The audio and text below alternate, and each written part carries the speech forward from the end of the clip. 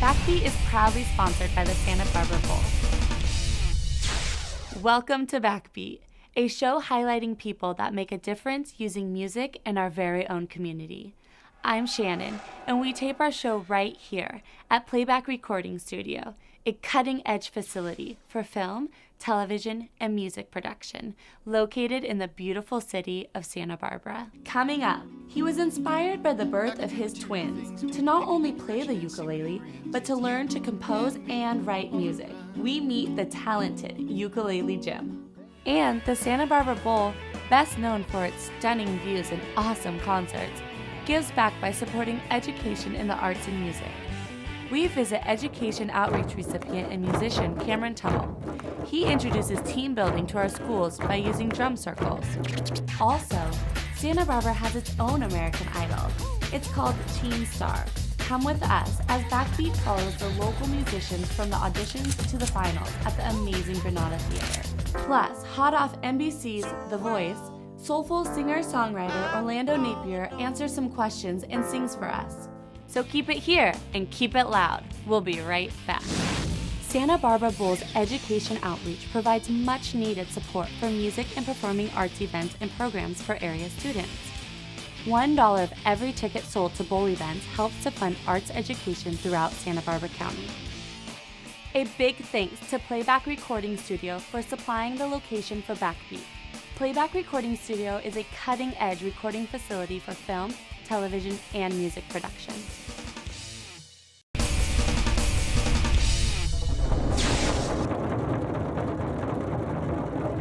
For the last 20 years, I've been spending my time leading interactive rhythm events and studying drumming, especially West African. And so I use what I've learned to teach in the schools. I began working with Education Outreach almost 10 years ago. They approached me and said if we offered a little support, could you provide more activities for the local schools? And so I've turned into their flagship program. We've been serving around 3,000 to 5,000 kids per year, and it's been almost a decade. And all of this is free for the schools. Participation is the key word. That's the idea. That's the main thing. The program, I have a lot of success with mainstream students, but also those kids who have been having trouble where they have a lot of extra energy and so often they're told to be quiet. They can come into drum class, let it go, and they get positive feedback for that. And being here at Adelante School is fantastic. Some of these kids come from Spanish-speaking homes and they're just beginning language skills in English. And so to have an activity that's really compelling, they really want to participate. They want to hear the cues and signals from the teacher. I have been collecting drums and other instruments from all over the world for about 20 years, and hands-on music is the key thing. So it's a wonderful behavior tool. I bring in, the students start playing on the beginning instruments. At the end, I bring in something very fancy and beautiful for show and tell. Let them know, if you can be careful with this, I'll be happy to let you use it.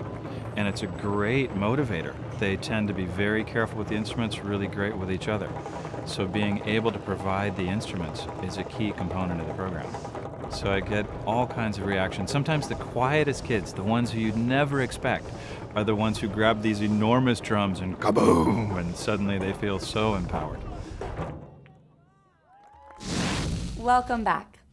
Tucker had the chance to interview singer-songwriter Orlando Napier right here at Playback Recording Studio.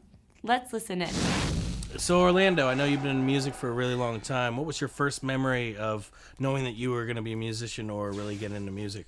The first time I was ever really inspired by music was when I was, 5. I remember the first time ever really being stoked up to hear something with rhythm played to me was when I heard Ray Charles hit the road jack, and I was sitting in the bathtub and I was 5 years old and I was butt naked and I heard that stuff playing outside because my pops put it on. I ran out the bathtub butt naked and pressed back on the CD player and ran back in the bathtub, listened to the song again, ran back out, pressed back on the CD player, did it again, and I kept doing it until the bath went cold. And then just repeating that. And that was Ray Charles for me. And then Ray Charles was locked in. And then we also had, Annie Lennox, and we had the Beatles, and we had like the Gypsy Kings. Nice. And we had like all these cool influences just like floating through my crib. And, so that inspired you to want to play. This was the burning embers of the fire that that then became a fire, and then eventually, when I was about 18, then I started really listening to Ray again. I got back into Ray, and then I got really inspired, and I started playing piano. Just started playing the piano, and then when I started singing, when I was 20, then that was my first. This is my first inspiration. Was to go for the Ray stuff. So. Nice. Great stuff, Tucker. And speaking of inspiration, let's meet Ukulele Jim. Be mine sometime, someday, like today. Take my lifeline and we can be far away. He used to sit out there and play his ukulele. Actually, while we were I think laying that was 3. Really? No, we were 4 and 5. You So were? he sat out there and played his ukulele while we were laying down listening to him. And sometimes when Mommy was telling us stories, he did it too, and we kind of stopped to listen. Throw away your worries and woes as we lie on the beach and we curl our toes and let the cool of the water feel good with the heat of the sun. I started playing ukulele because I wanted my kids to grow up in a house full of music, and that was something I didn't have growing up. Nobody in my family really played an instrument. There was a piano in our house that nobody knew how to play, including me. And when I found out my wife was pregnant with twins, I thought, well, now's the opportunity. Now's a chance. We have a piano and nobody knew how to play it. And I wanted something that I thought would be easy and fun to play and something the kids would really respond to. And so I got a ukulele and taught myself how to play it, learned a few lullabies and kid songs and things. And then before long, I was writing my own songs, and it just sort of progressed from there. Pack up your material things and we will pick a new direction and see what it brings. It's you and me on the run. And I was realizing that, I actually have an aptitude. Some of the early songs I wrote were rubbish, but as I got more experienced in it and as I started learning what I liked in other songs and started learning what made songs appeal to me, then I started being able to make things that I thought would appeal to others. My family's always been very supportive of the music and me playing the ukulele. The kids get really excited about it. They like the fact that they call their dad a rock star. Far from it, but they get a kick out of the fact that I play. Really like that he plays music. And I like to dance to it too. Come out and dance with me tonight. They're also interested now in other instruments. My daughter has a dulcimer that she plays. My son, he really likes drums and harmonica. And so, they're really getting interested and involved.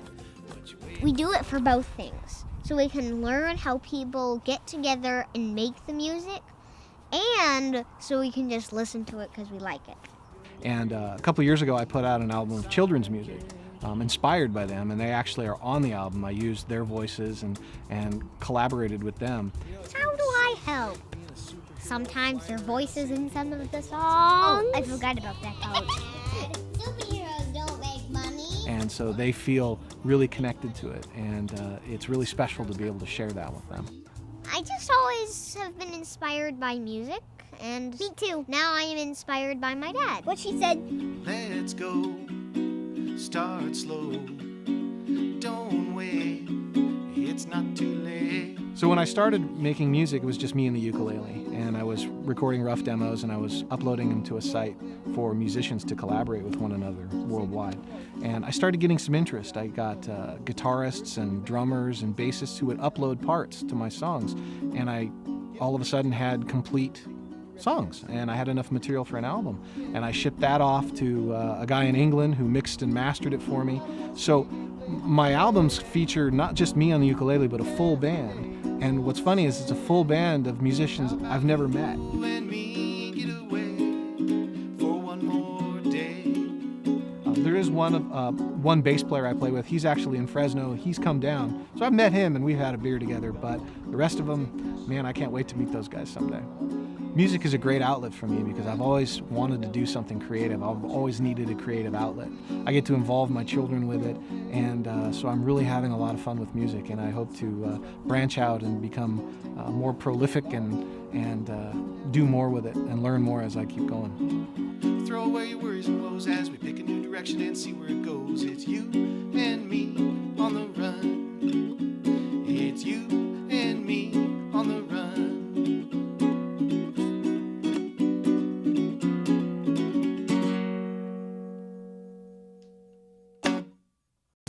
short note for you. Grunge singer Eddie Vedder of Pearl Jam recently recorded a full album of only ukulele music. And people were getting excited, and there were signs everywhere.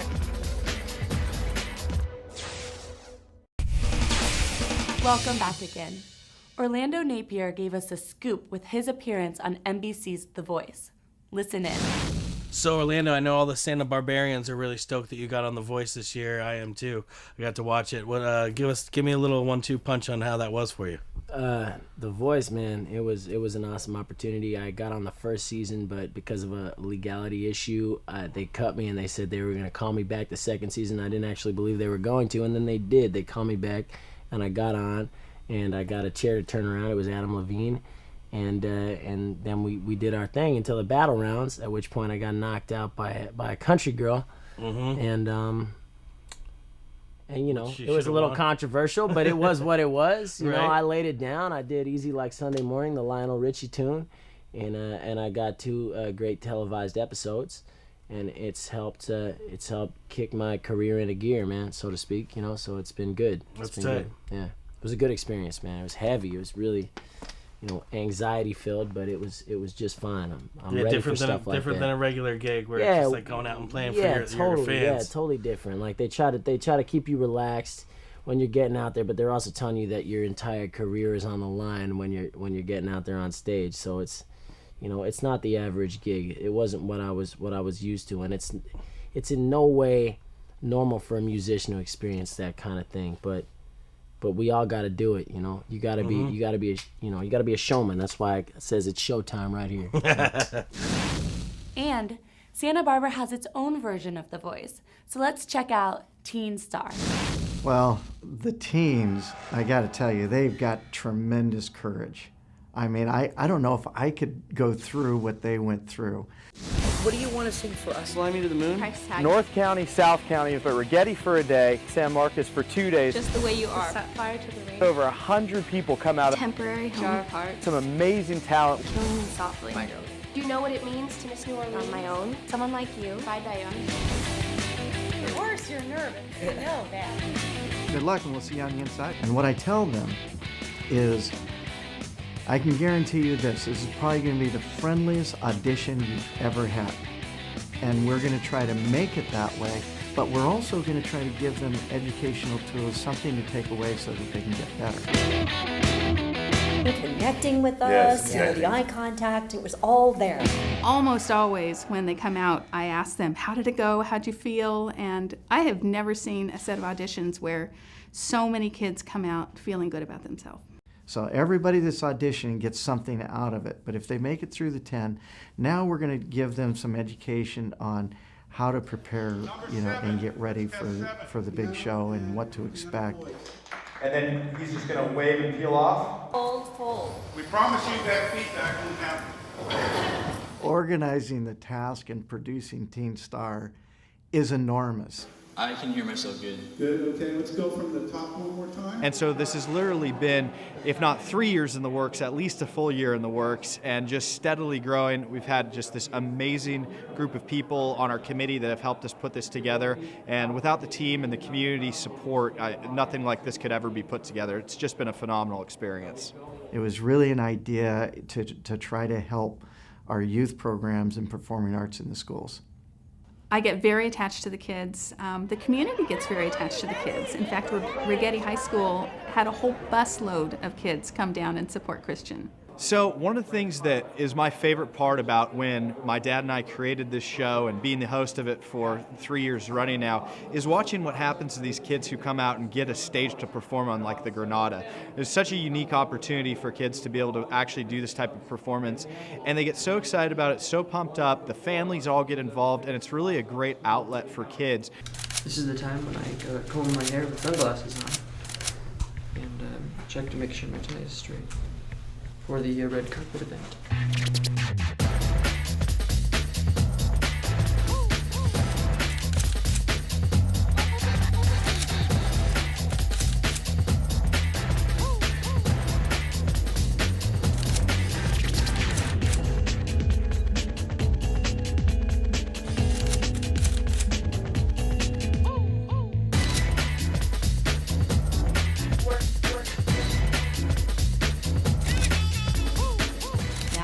coming together, and the Granada was filled, and people were getting excited, and there were signs everywhere.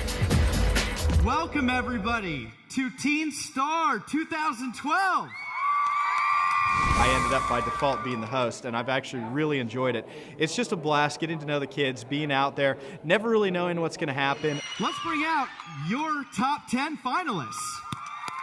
Ladies and gents, please sit back and enjoy Teen Star Santa Barbara 2012. The overall experience is just amazing for the kids, for the audience, for the parents, for everybody involved.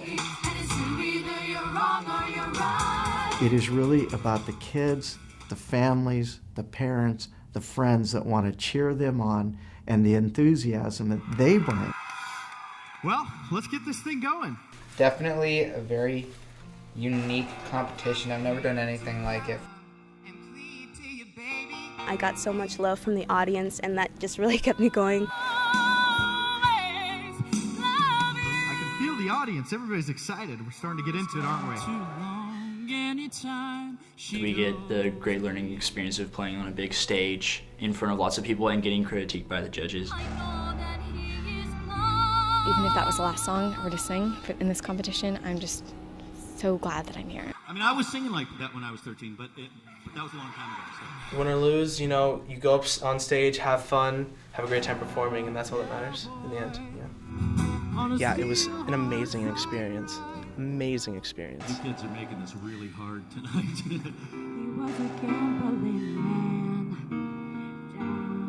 And I had a blast. It was really well received. The audience is fantastic, and it was just fun. The pitch is fantastic. Great sounding voice. I love you're very entertaining, by the way. That was just a stunning performance, and I didn't want you to stop.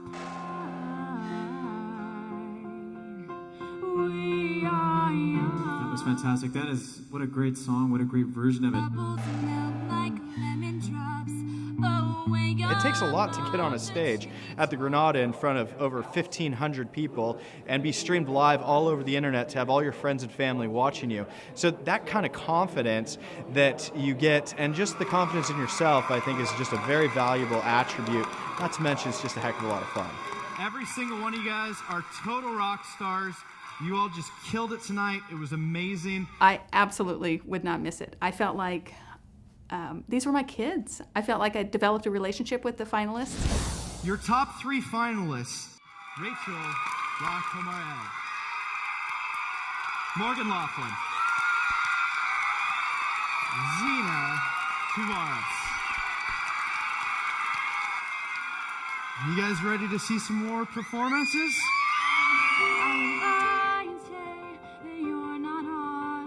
And I just gave my second performance, and I loved it. I still fed off the audience. She's a rock, she is great, she's an angel. It was so awesome to be chosen again. I wasn't expecting it. Awesome, and the judges, they're amazing. So it was a really, really great experience. The winner is Rachel.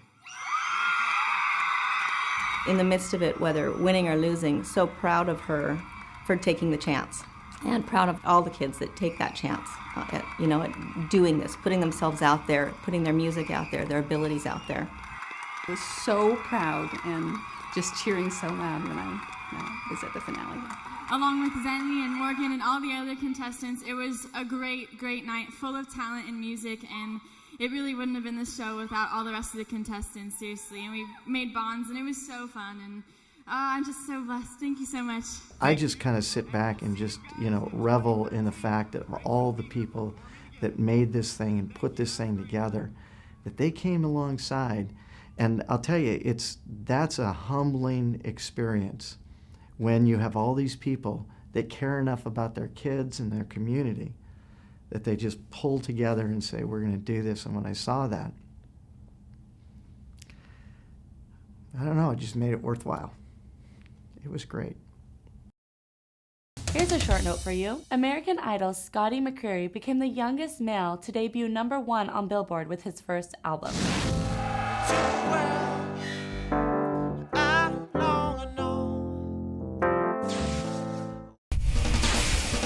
Welcome back. Let's find out what Orlando had to say about his LA move.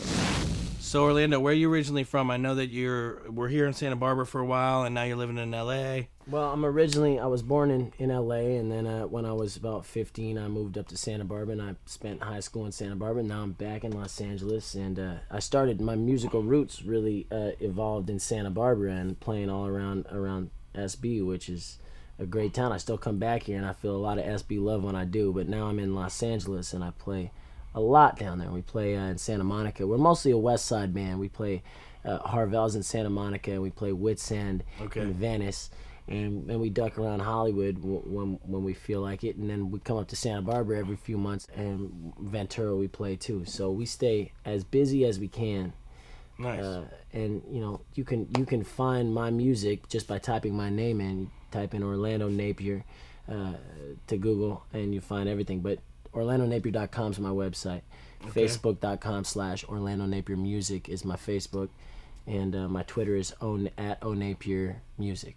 Okay. And that's it. That's how you find me. You hear that, people? Yeah, I'm easy to That's find. where you find him. I'm really easy to find. You just hit me up, your friend requests me, and say hello.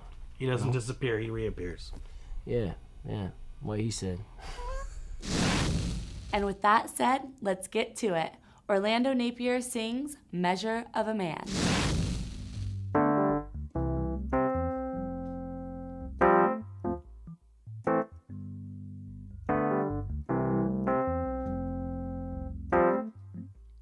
Where'd you get, Taylor, to find a measure of a man? I got to get to know myself so I can better understand. Recreate my image from who I was to who I am. So the next time we meet, I know exactly where I stand, baby. There must be something that I can say or I could do. 'Cause I give anything to give something to you, baby. And I'd be anybody to be someone to you. I'd do anything. Just tell me how to.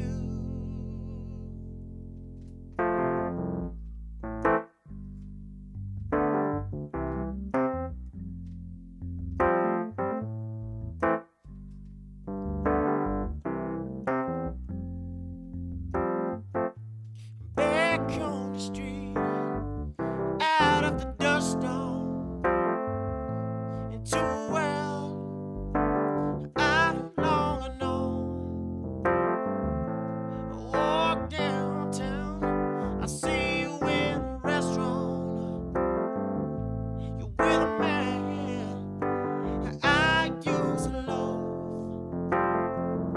To him you mean nothing, but to me you're everything. Ain't that something, baby? Ain't that something, baby? There must be something that I can say or I could do.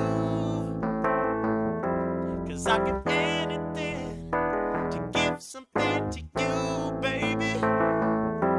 And I'd be anybody to be someone to you. I'd do anything. Just tell me how to.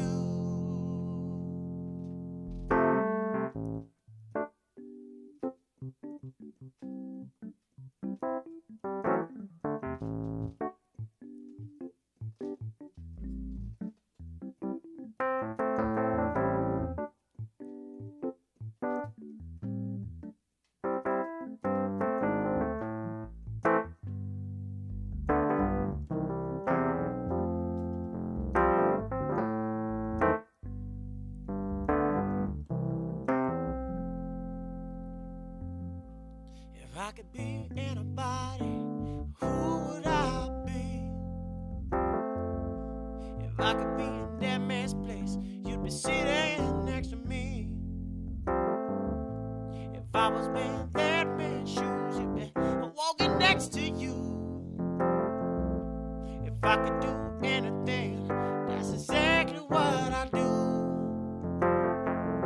To him you mean nothing, but to me you're everything.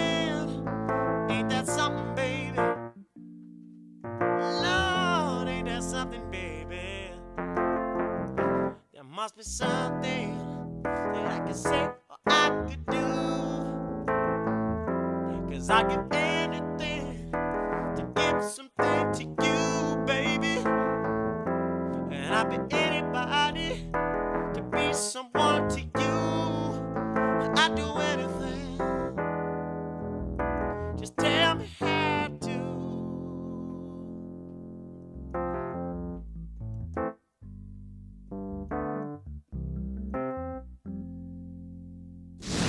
Well, that's it. I hope you enjoyed the show. And please remember to support music and musicians in your community. I'll see you next time on BackBeat. A big thanks to Playback Recording Studio for supplying the location for BackBeat. Playback Recording Studio is a cutting-edge recording facility for film, television, and music production.